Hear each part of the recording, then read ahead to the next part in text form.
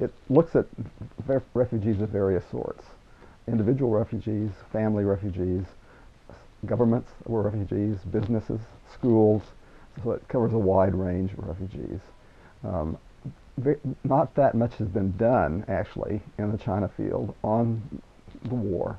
And so this is a contribution, hopefully, for people to see the social results, the social impact of war. I don't really cover battles as such, although they're alluded to. But I'm most interested in people. And I found extremely interesting narratives that some are quite surprising, some are very lengthy, but they all give a different or show a different impact of the war on people.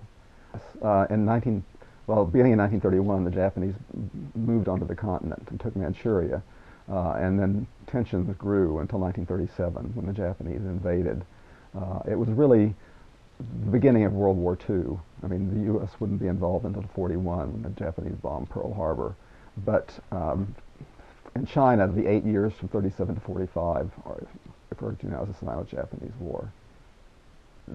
There's huge numbers of Chinese who fled inland because the Japanese took over the eastern seaboard of China, the most industrialized and best agricultural land in China. And huge numbers of people fled to the west. The province that I studied is just to the southwest of Shanghai, and some people went that direction as well. And I covered only the people in that province. There were some 5 million refugees during the war in that province. These are outside refugees coming in and going through. And so these are the people I focus on. I've always been interested in the sense of space, and obviously as a historian, the sense of time. But I've also been interested primarily in Chinese culture and society, not so much in politics and certainly not in the war itself. But I wanted to explore the area because, as I said, it hadn't really been explored very much before. It hadn't been explored at all, in fact, this kind of thing.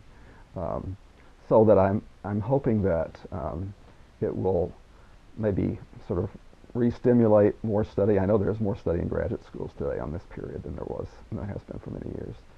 So that was one of my goals. And so it's not only a picture of a part of human history, but it says something about Chinese society, their values. I don't think I mentioned that it may have been harder for Chinese to become refugees in many other cultures. The Chinese had an incredibly strong sense of, they call it native place, where you were born. That's where your ancestors were born and died and were buried. That's where you were born. You would probably die and be buried there and your descendants. That was the goal. And to leave that place. And the thing about the Chinese culture is the importance of connections to other people. I mean, connections are important in any culture, but for the Chinese, they're carried to an unbelievable degree. You get things done through the connections you know. Once you move away from your native place, it means you aren't connected to these people. And the Chinese had a sense that if you didn't have connections, everyone else was the other, with a capital O. And they were suspicious. You didn't trust them. And so when you become a refugee, you move into a total world of the unknown. And I think all refugees do that. But for the Chinese who had this strong rootedness in place, I think it was even more difficult.